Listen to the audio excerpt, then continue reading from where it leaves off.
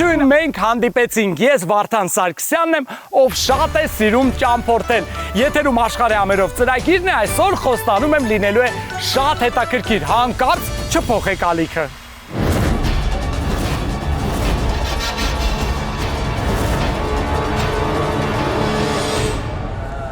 Այսօր ծրագրում լինելու է շատ հետաքրքիր, քանի որ ես հայտնվելու եմ Տոր-Ռաջա ցեղերի գյուղում։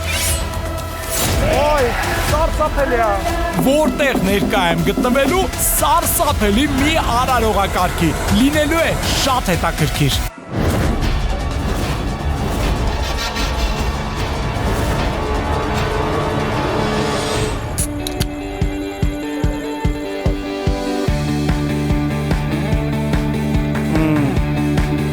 Բումբեստը էներգիա ինձ փոխանցում, ինչը շատ լավ է։ Այսօր շատ հետաքրքիր օր է։ Ես Ինդոնեզիայում եմ եւ Տոր-Ռաջա շրջանում։ Այստեղ գիտեք, երբ մարդը մահանում է, նրան թաղելիս անպայման պետք է մի քանի ցուլ մորթեն։ Դե մեկը որ հաստատ։ Իսկ այդ ցուլերը այստեղ շատ թանկ արժեն, հավատացեք, եւ շատ-շատերը տեղի բնակիչներից այդ գումարը ուղակի չունեն։ Ինչ են անում նրանք, մահացածի դին պահում են տանը այնքան ժամանակ, մինչ կկարողանան հայթայթել գումարը։ Ուստի այսօր ես մի գյուղում եմ, որտեղ թաղման արարողություն է տեղի ունենալու։ Այսինքն ընտանիքի անդամները կարողացել են գումար հավաքել, գնել ցուլը եւ այսօր պատրաստ են իրենց հարազատին ճանապարհելու։ Էնպես որ շտապեմ հանդիպելու իմ զբոսավարին, որին շատերը արդեն ճանաչում են, ու տեսնեմ ամբողջ process-ը։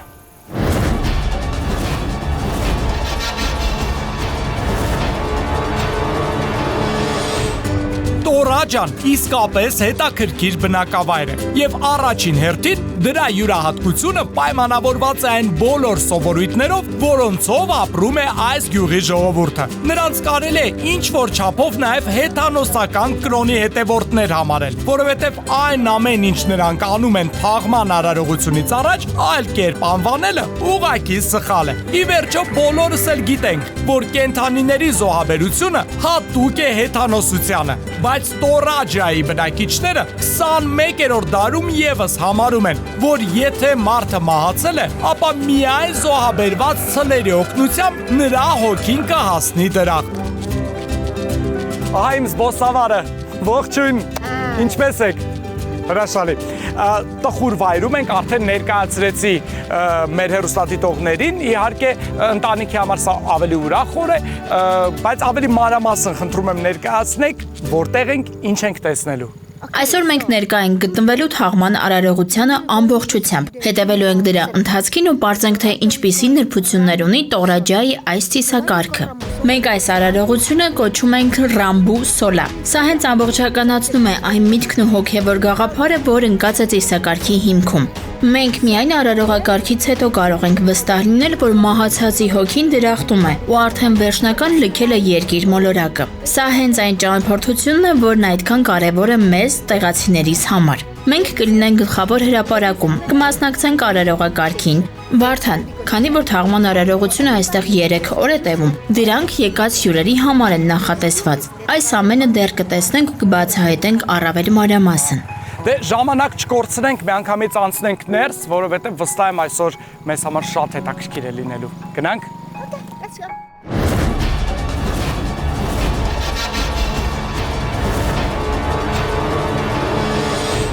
Չգիտեմ ինչպես ձեզ մոտ, բայց մեզ մոտ Տոր-Ռաջայում երբեք եւ որևէ մեկին թաղման արարողությանը չեն հրավիրում։ Սա բաց ծիսակարգ է ու եթե դու իմացել ես, որ ընտանիքը կորուստ է ունեցել եւ հողարկավորության օրներ նշանակվել է, ապա պետք է գաս ու բերես քո նվերը։ Իդեպ թաղման արարողությանը մասնակցող բոլորը ընտանիքի բոլոր անդամներով ու հատկապես կարևոր է, որ իրենց հետ բերեն երեխաներին։ Շուտով ամեն բան կտեսնես, քանի որ այսօր դու հատուկ հյուր ես։ Իդեպ բարեկամները ահա գալիս են բոլորը սև զգեստերով, այո, եւ ցուլը եւս այստեղ է։ Այո, հենց սա այն է, ինչ նոր ասում էի։ Տես նրանք ցուլ են բերել։ Բայց Տոր-Ռաջայում չգրված օրենք կա։ Եթե որևէ մեկը քեզ ինչ-որ կոնկրետ չափի կամ արժեքի նվեր է բերում, ապա դու եւս պետք է նրան համարժեք նվերով պատասխանես։ Իսկ տեղյակ ես այս ընտանիքը քանի տարի է մահացած բարեկամի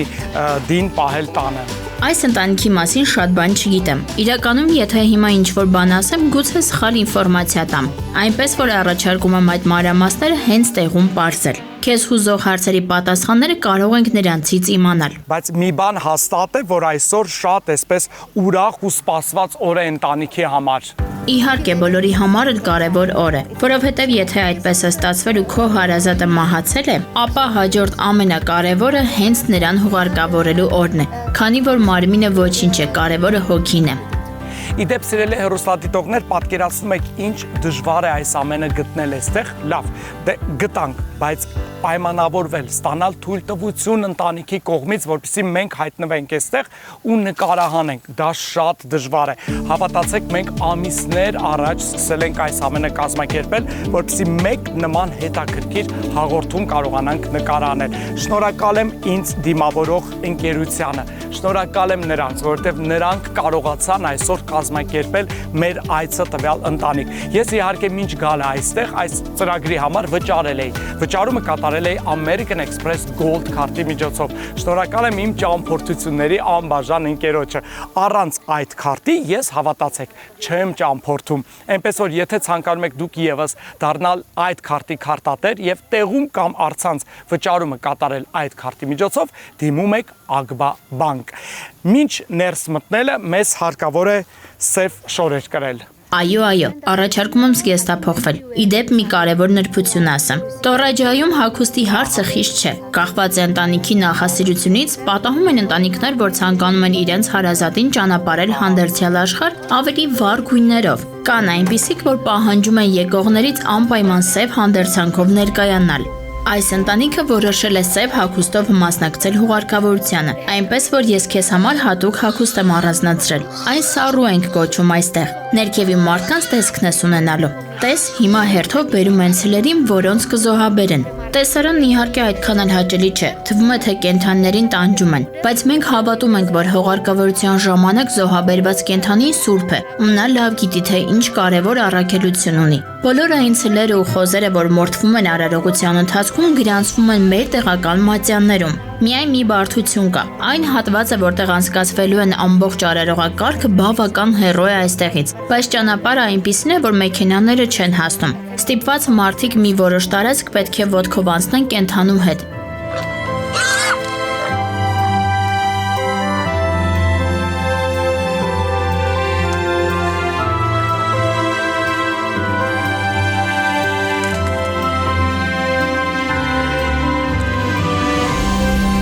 Ես տեսնում եմ բոլորի ձեռքերին ինչ որ տուփեր են։ Ես կարծում եմ սա կերակուր է։ Այո, սա էլ մեր ավանդույթներից մեկն է։ Չնայած նրան, որ այսպես կոչված հյուրընկալող ընտանիքը պատրաստություն է տեսնում եւ զոհաբերության արարողակարգից հետո կենդանիների միսը բաժանում է բոլոր ներկաներին, բայց ըստ ավանդույթի ամեն եկող բացի նվերից նաեւ պետք է որոշակի ուտելիք բերի իր հետ։ Կլինի դա բրինձ, բանջարեղեն, միրգ կամ որևէ այլ բան, օրինակ ասենք ըմպելիք։ Նրանք այդ ամենը բերում են, հավաքում միտեղ, գլխավոր ծիսակարգից հետո արդեն միասին սեղան են նստում եւ վայելում։ Ինչպես արդեն բազմիցս ասել եմ, սա ոչ թե տխրության, այլ ուրախության սեղան է։ Գուցե փարթի բառը տեղին չէ, բայց զբոսաշրջիկները ամենալավը հենց այդ բառով են հասկանում ամեն բան։ Սա փոքրիկ խնջույքի է վերածվում։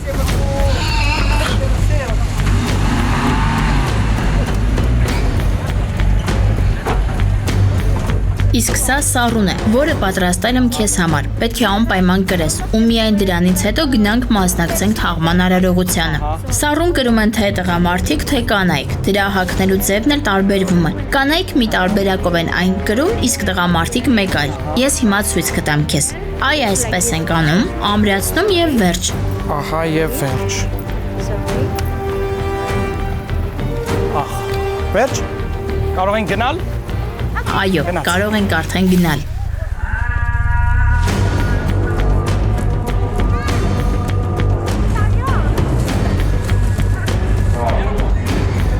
Ես չեմ կարա ձեզ բացատրեմ ինչ է այստեղ կատարվում։ Ոյ, սարսափելի է։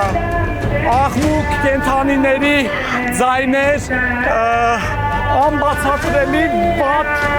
պահ է, սպայն կներեք, խոսքեր չեմ գտնում այս պահին ներկայացնելու ինչ եմ զգում, բայց շատ դաժան է այս ամենը։ Շուրջ բոլորը հյուրերն են, բարեկամները, հավաքված, Մի խոսքով տեսում եք ինքներդ ինչ է այստեղ կատարվում։ Վայ։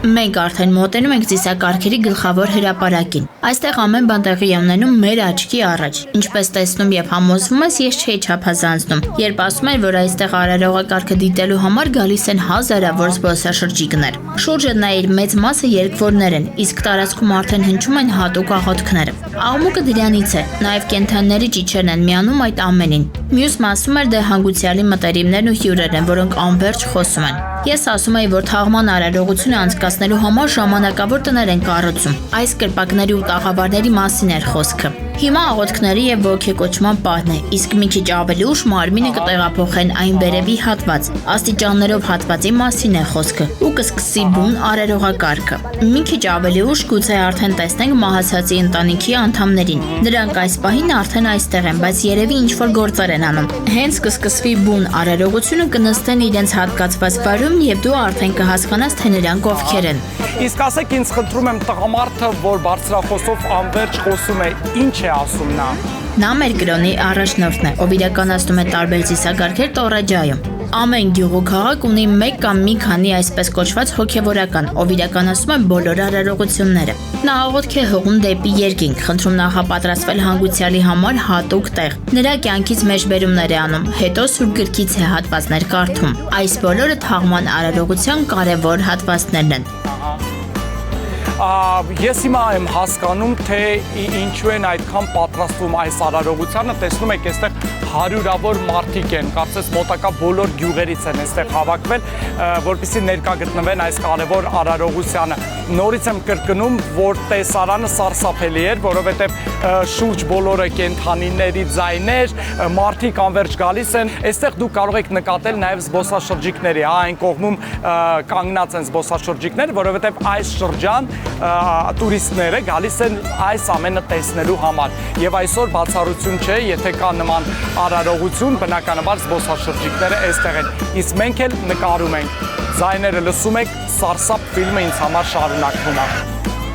Հյուրերը շատ են, եթե չեմ սխալվում 5-600 անձ է այս պահին այստեղ։ Այո, մարդիկ շատ են։ Կարելի է վստահ ասել, որ ամեն բան թաղման ժամանակ այստեղ հավաքվում է ամբողջ Տորաջան։ Բանն այն է, որ մարդիկ բոլորն իրար ճանաչում են։ Նրանք գալիս են ընտանիքներով, ընկերներով, ընկերների ընտանիքներով։ Սա արդեն մոտ 600 մարդ նշանակում է։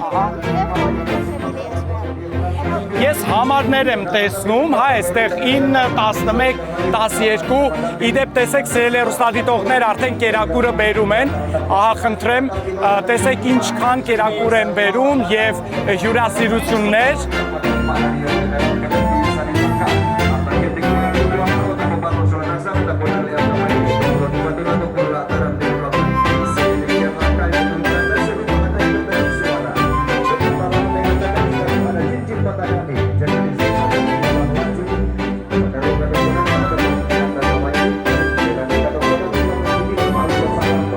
Կերակուրի մի մասը արդեն պատրաստ է։ Ամեն թաղման ժամանակ մինչև ցլերի զոհաբերությունը խոզերն են մորթում։ Միսը եփում են ու բաժանում ներկաներին։ Եթե եկել ու մասնակցում ես արարողությանը, ուրեմն պարտավոր ես ուտել զոհաբերված կենդանիների մսից։ Իրականում նման արարողությունների ժամանակ նաև պետք է նկատես, որ կանայք ու տղամարդիկ առանձին են նստում։ Այ որ հիմա նայես այն կողմ կտեսնես, կանայք մեծ կուտեղներով բերում են եփած միսը, որը բաժանելու են հետո։ Տեսնում եմ արդեն հյուրասիրություն է սկսել։ Այո, նրանք արդեն պատրաստել են ուտեստն ու բերում են հիմա հերթով բաժանելու։ Կանայք կսկսեն բաժանել ուտելիքները։ Իդեպ որևէ հերթականություն չկա, թե ումից կսկսեն բաժանել։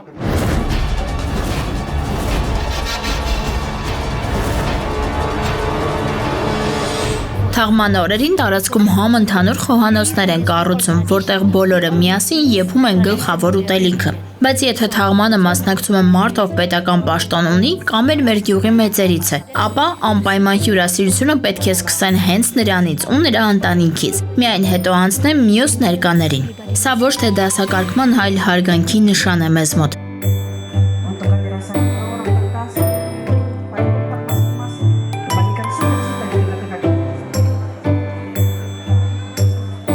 Տորաջայում համայնքը շատ մեծ դեր ունի եւ նշանակություն։ Համայնքի ներսում կան չգրված օրենքներ, որոնք աշխատում են շատ ավելի ամուր եւ խիստ, քան բոլոր գրված օրենքները։ Եթե որոշ ժամանակ անցկացնես այստեղ, ինքդ էլ կհամոզվես դրանում։ Այո, այսինքն արարողությունը սկսելու է ժամը 12-ին, այստեղ դեռ ժամը 11-ն է եւ արդեն ճաշի ժամ է, բոլորին հյուրասիրեցին, ահա պատրաստի արդեն ցլիմիսը այս կողմում, բրինձը պարտադիր, բանջարեղեն, ջուր, թեյ, սուրճ, մի խոսքով հյուրասիրություն բոլոր հյուրերին։ Այսինքն այսպես կանոնակարգված փուլերով ամեն բան ընթանում է առաջ։ Այո, իհարկե, կարգով ու կանոնով ամեն բան, որևէ բանից չեն շեղում։ Նրանք կուտեն, հետո կխմեն նաև Տորաջայի գինին, որից հետո կսկսի ծիսակարգը։ Ահա, հասկանալի է, դե այս կողմում գինին են վայելում, տեսեք բոլորը այսպես ճաշում են, մի խոսքով իսկ մենք սպասում ենք գլխավոր արարողությանը, որը տեղի կունենա քիչ հետո։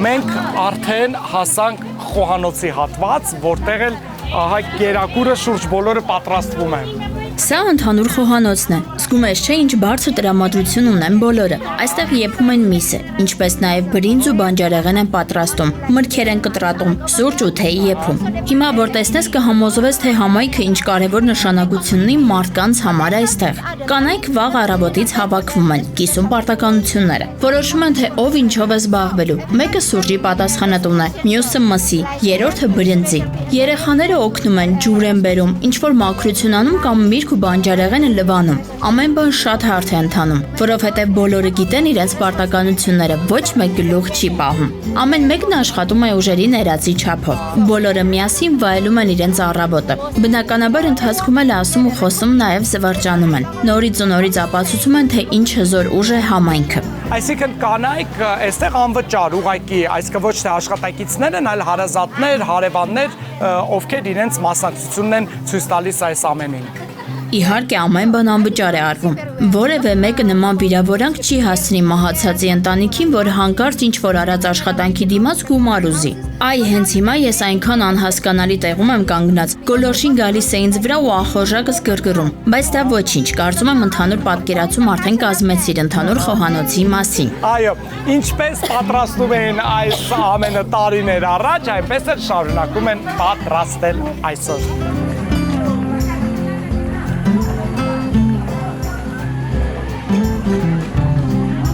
Հիմա մենք բրինձի տարաների մոտ ենք։ Շատ մեծ քանակությամբ բրինձ է պետք, որ կերակրեն այստեղ հավաքվածներին։ Բրինձը լվանում են, հետո արդեն եփում մեծ կաթսաներով։ Առանձնապես որևէ անհասկանալի կամ բարդ բան չկա։ Սկզբում լավ լվանում են ամբողջ բրինձը։ Մի քանի անգամ դրա ջուրը փոխում են, հետո մի քիչ աղավելացնում, ապա թափում են այս ջուրը եւ բրինձը լցնում նախապես եռացրած ջրի մեջ։ Հիմա կաթսաները կրակին են։ Ջուրը եռում է հենց այս բրինձի համար։ Դե ես էլ ինչ կարող եմ իմ կողմից նվիրել կանանց, ովքեր աշխատում են խոհանոցում, քանի որ ինձ հետ ունեմ հայկական լավագույն պղպեղը Royal Armenia-ի, ես պղպեղ կնվիրեմ այս կանանց եւ վստահ եմ կերակուր պատրաստելիս անպայման այն կօգտագործեն։ Ես քեզ ներկայացրեցի կանանց աշխատանքը, բայց տղամարդիկ եւս իրենց անելիքն ունեն։ Տեսնում եմ տղամարդիկ։ Նրանց մեջ եւս աշխատանքի հստակ բաժանում կա։ Վաղ առավոտից հավաքվել են, մորթել կենդանիներին, նախապատրաստել մյուսներին, որոնց պետք է զոհաբերեն։ Հիմա որ ավելի մոտ գնան կտեսնես, թե ինչ են նրանք անում։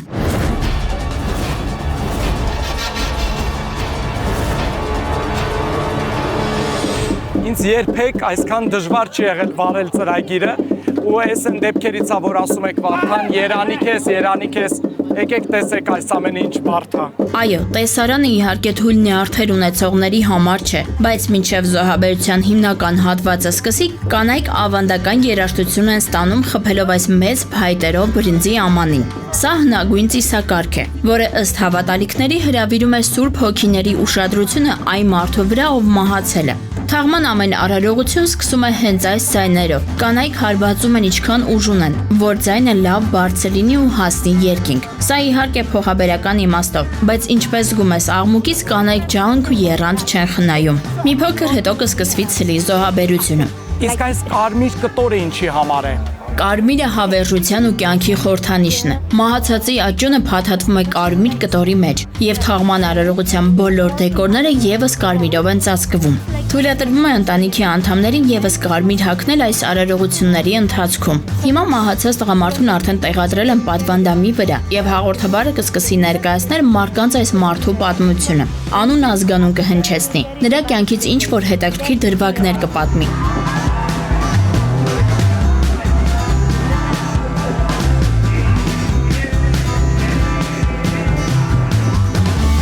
Իսկ ինչու են այսքան ուրախ տղամարդիկ, հա, այս ամենը անում։ Դե ես քեզ ինչ հանդիպել եմ, ասում եմ, որ մեզ համար թաղման արարողությունը ոչ թե ողբերգություն է, այլ հակառակը, ուրախանալու առիթ։ Մարդը հրաժեշտ է տալիս իր ժամանակավոր կյանքին եւ տեղափոխվում երկինք, որտեղ հավերժություն է վայելելու։ Որևէ մեկը չի տխրում եւ չի տառապում։ Բոլորն ուրախ են իրենց մտերիմների համար։ Մանավանդ որ մարդը բավական պատկառելի տարիքում է հեռացել կյանքից։ Ես հասկանում եմ, որ ասածս մի տեսակ խորթ է, բայց մեզ համար շատ սովորական երևույթ է։ Այս պայն տեսնում եմ, այսպես պտտվում են եւ ցուլերին եւս կենթանի բերեցին, ինչու։ Հերթական խորհրդանշական պահն է։ Կենտրոնում տեղի է ունենում զոհաբերության ամբողջ ընթացքը, բայց մինչև կենթանուն զոհաբերեր ծիսակարգային բարի պես մի բան են անում։ Հիմքում կրկին կրոնական թեման է։ Այս ամենը խորհրդանշում է դեպի դրախտ տանող ճանապարհն ու այդ պտույտները։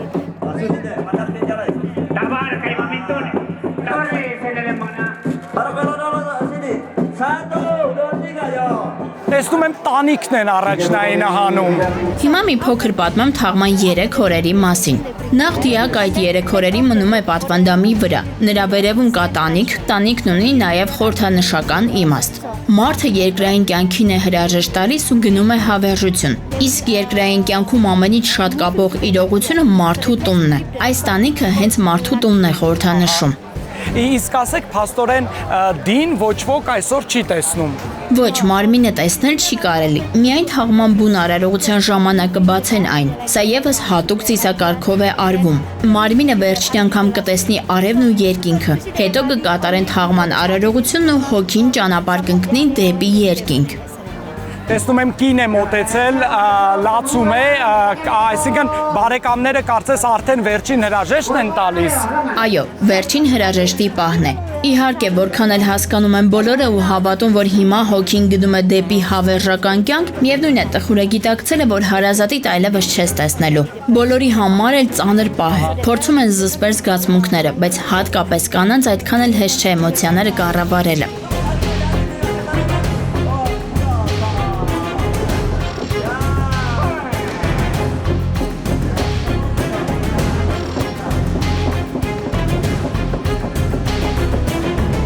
Արդեն բարձրացնում են վերևի հատված, ինչու, այնտեղ է մնալու դին։ Մնալու է այնտեղ կկատարեն բոլոր արարողակարգերը, հետո կիչեցնեն ներքև ու այդքանով կհամարեն ամեն բան ավարտված։ Մի նրբություն էլ կա։ Մինչև 24 տարեկան մարդկանց պարագայում դիակը պատվանդամին չեն դնում, քանի որ ըստ մեր ավանդույթների հենց 24-ից հետո է մարդը համարվում հասուն տարիքի ներկայացուցիչ։ Սիրելի հեռուստադիտողներ, իդեպ այս ընթացքում տեսնում եք ինչ է այստեղ կատարվում, տղամարդիկ այն կողմում գինի էին, տեղական գինին էին վայելում, ես հյուրասիրեցի իրենց, արդեն վայելում են հայկական գինին, արմենյան, իսկ մենք էլ շարունակում ենք հետևել այս ամբողջ պրոցեսին։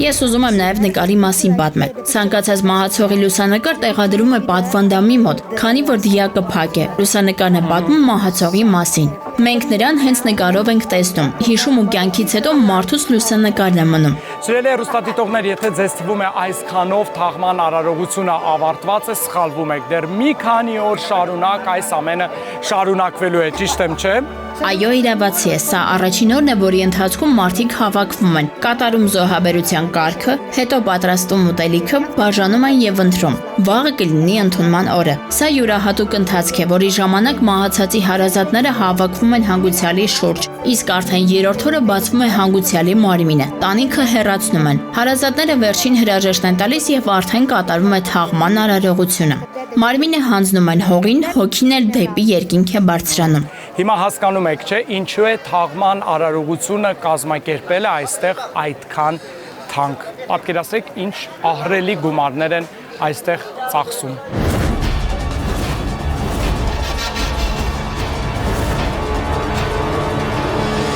Իհարկե շատ հետաքրքիր էր, բայց ես շոկի մեջ եմ անկեղծ։ Ես կարծում եմ հեռուստադիտողները եւս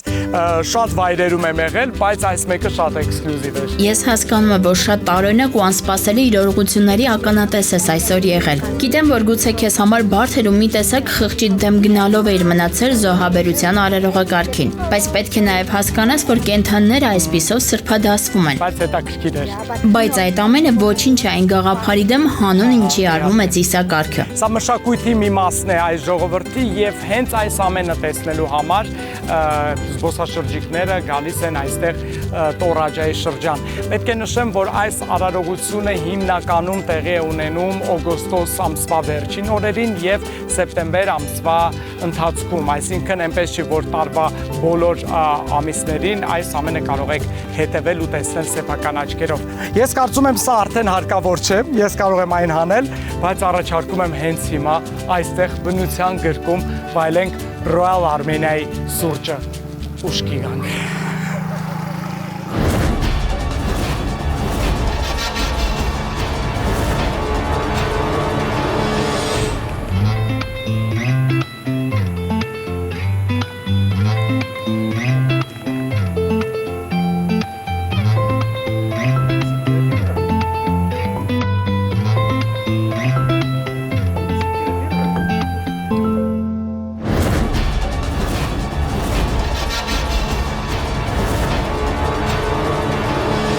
Սիրելի հեռուստադիտողներ, դե ինչ մեր ճամփորդությունը այստեղ շարունակվում է եւ այսօր շարունակում ենք ծանոթանալ Տորաջա ժողովրդի ավանդույթներին։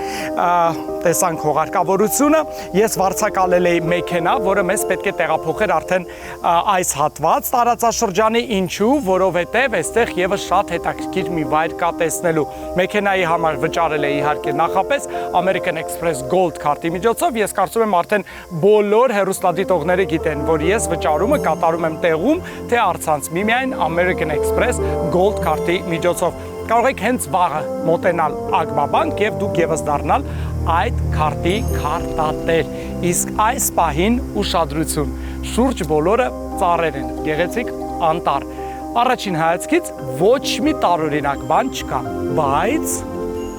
Իրավացի ես, մենք հիմա Կոտե գյուղում ենք։ Թաղման մի արարողակարգից հետո քեզ շարունակում եմ ներկայացնել հուղարկավորության այն ավանդույթները, որ ունենք։ Այս անտառում պատահական չենք գտնվում։ Հենց այստեղ կա մի ծառի տեսակ, որի մեջ հուղարկավորում են երեխաներին։ Իհարկե, ամեն տարիքի երեխաների մարմինը չէ, որ կտեղավորվի ծառերի մեջ։ Այստեղ հուղարկավորում են մինչև 6 ամիս ապրած երեխաներին։ Սա շատ տխուր իրողություն է։ Մենք երեխայի մարմինը դնում ենք ծառի մեջ, որովհետև վստահ ենք 6 ամսականը չբոլորած երեխաները դեռևս լրիվ անմեղ են ու եթե ինչ-ինչ պատճառներով նրանք հրաժեշտ են տվել կյանքին, պետք է նրանց տեղադրենք ծառի մեջ։ Հենց այս տեսակի ծառերն էլ ընտրված են նման ծիսակարգի համար, որովհետև դրանք կաթանման զանգված են արտադրում, իսկ երեխային կաթ չէ հարկավոր կյանքի սկզբնական փուլում։ Այսինքն ես ճիշտ եմ հասկանում, որ երբ մարդը այստեղ մահանում է,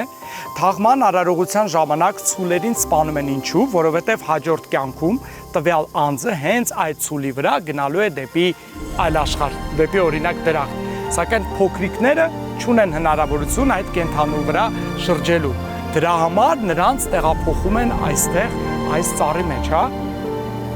Երեխային ծառի մեջ են դնում, քանի որ երեխան անմեղ է, ու այսպես թե այնպես նա դրախտ է գնալու։ Այդ պատճառով էլ ցլերի հետ կապված ավանդույթը կարիք չկա անելու։ Երեխան մահանում է, ընտանիքի անդամները բերում են նրա մարմինը այստեղ, աղոթում ու այն տեղադրում հատուկ բացված փչակի մեջ։ Դրանից հետո փակում են փչակն ու գնում։ Եվ այդ պահից ի վեր պարբերաբար գալիս ու այցելում են ծառին, որի մեջ հանգչում է իրենց երեխան։ Ես չեմ հասկանում, անցնենք ավելի մոտ հատված, ինչպես, այսինքն ծառի մեջի հատվածը փորում են, ճիշտ եմ հասկանում։ Այո, հիմա տես, ծառի մեջ դանակով կամ որևէ այլ գործիքով անցք են բացել։ Երեխային տեղադրում են այնտեղ, հետո փակում են նման դռնակով։ Այս ծառը շատ հետաքրքիր հատկանիշ ունի։ Վնասված տեղը 2 տարի անց կանաչում է։ Սա եւս մեծ խորհուրդ ունի։ Այսինքն երեխան նոր կյանք է տալիս ծառին, իսկ ծառն էլ պարուրում է փոքրիկին։ Այսինքն ծառը շարունակում է աճել։ Այո, այն շարունակում է աճել, բայց ասեմ մի կարևոր նրբություն։ Տորաջայի բնակիչները թեև հավատում են այս ավանդույթին ու մինչև օրս պահում են, բայց սա ավանդական կրոնի հետևորդների համար է։ Այսինքն բոլոր այն բնակիչները, որոնք փոխել են իրենց կրոնը, վաղնջական կրոնից անցում են կատարել քրիստոնեությանը։ Հիմա այդպես չեն անում, սովորականի պես հուղարկավորում են երեխաներին։ Մոտ 100 տարի առաջ տորաջացիները քրիստոնեություն ընդունեցին։ Նրանք թողեցին հին ավանդույթները, ընտրեցին նորը ու սկսեցին ապրել քրիստոնեական եկեղեցու կանոններով։ Բողոքականները այստեղ շատ են, բայց քիչ չեն նաև ուղղափառները։ Ինչևէ, ուզում եմ սա եւս մեկ անգամ ընդգծենք։ Երեխաներին ծառի մեջ հուղարկավորում են միայն նրանք, ովքեր հին ավանդական կրոնի հետևորդ են։ Լավ, իսկ հետո ինչ է տեղի ունենում։ Ես կարդացել եմ համացանցում, երբ երեխային այստեղ տեղադրելուց հետո անցնում է 16 տարի, երեխային ծառի մեջից հանում են, այսինքն ոսկորները բնականաբար, եւ կազմակերպում են մեծ թաղման արարողություն։ Ոչ, չգիտեմ, թե որտեղ են կարդացել, բայց դա չեն անում այստեղ։ Նախ որովհետև երեխաները սերտաճում են ծառին եւ որևէ մեկը իրավունք չունի հանելու նրա ոսկորները։ Երկրորդը իրականում 16 տարի անց գուցե որևէ բան չգտնեն։ Հետևաբար ընտանիքի անդամներին եւս մեկ ստրեսի չենթարկելու համար նման բաներ չեն անում։ Բայց ներկայում շատ քիչ ընտանիքներ են մնացել, որոնք հետևում են այս ավանդույթին։ Հիմնական մասը քրիստոնյա է եւ հուղարկավորում է երեխայի մարմինը, ինչպես անում են ժամանակակից մարդիկ։ Նախկինում երեխաները շատ էին մահանում ծնվելուց հետո, հաճախ ծառերը չէին էլ բավականացնում։ Կյանքի որակը ցածր էր, հիվանդությունների դեմ պայքարելու միջոցներ չկային։ Մարդիկ հիմնականում ծննդաբերում էին տան ու առանց նորմալ պայմաններ ունենալու։ Երեխան լույս աշխարհ էր գալիս կամ հիվանդ ու նվագ, կամ վարակվում էր լույս աշխարհ գալուն պես։ Նրանց բնականաբար բերում ու հուղարկավորում էին ծառի մեջ։ Իսկ հիմա բարեբախտաբար նորածինների մահը շատ կտրուկ նվազել է։ Ու եթե այնուամենայնիվ նրանք կյանքից հեռանում են, հուղարկավորում են ընտանեկան գերեզմաններում։ Ես տեսնում եմ ծառի այն ներքևի հատվածը բավական վատ վիճակում է, այսինքն յուրաքանչյուր րոպե այս ծառը կարող է ուղղակի ընկնել։ Ինչ է լինում այդ դեպքում։ Որքան ծառը ծերանում է, այնքան թուլանում է։ Սա սովորական գործընթաց է։ Բնականաբար հիմա տեսնում ես, որ այս ծառի վրա կա 3 թռնակ, այսինքն 3 երեխա է հուղարկավորված այս ծառի մեջ, բայց որևէ այլ երեխայի չեն տեղադրի դրա մեջ, քանի որ այն արդեն վտանգված է։ Գուցե ընկնի։ Սիրելի հեռուստադիտողներ, այսպիսի ավանդույթներ շատ հետաքրքիր ունեն այստեղ Տորաջա ժողովուրդը եւ մենք էլ այսօր փորձեցինք ծանոթանալ այդ ամենին ու ձեզ էլ ներկայացնել։ Շնորհակալ եմ այս հրաշք օրվա համար։ Ինձ իսկապես շատ հետաքրքիր էր այստեղ գտնվելը, անչափ շնորհակալ եմ։ Չլինեիք դուք, հաստատ ես այստեղ չէի լինի։ Եվ վերջում ուզում եմ ձեզ նվիրել Արմենիա կարմիր անապակ գինին, որը վայելել օրվա ավարտին ես եւս շատ սիրում եմ։ Սիրով ձեզ, նվեր Հայաստանից։ Ես շնորհակալ եմ թե քո այցելության, թե նվերի համար։ Ձեզ եմ շնորհակալ եւ ուրախ եմ, որ մոտակա օրերը մենք աշխատում ենք միասին։ Իդեպ մեր նկարանումների պատմության մեջ սա եզակի դեպք է, երբ մեկ զբոսավար մեզ հետ աշխատում է մի քանի օր եւ նկարահանվում ծրագրում։ Զբոսավարը շատ լավն է, ունի լիցենզիա ամենակարևորը եւ ստեղծում է հնարավորություն մեր նկարանումների։ Այնպես որ կհանդիպենք, շնորհակալ եմ։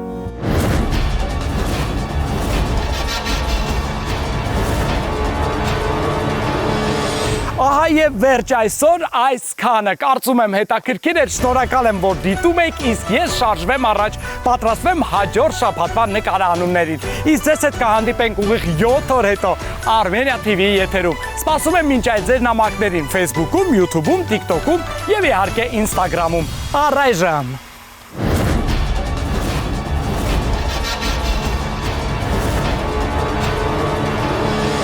Հաջորդ ծրագրում ես հայտնվելու եմ Չինաստանում, լինելու է շատ հետաքրքիր։ Առաջինը կտեսնենք աշխարհի ամենասիրելի կենդանիներից մեկին՝ պանդային, իսկ հետո էլ կբացահայտենք չինական պարիսպը։ Բաց չթողնեք, լինելու է շատ հետաքրքիր։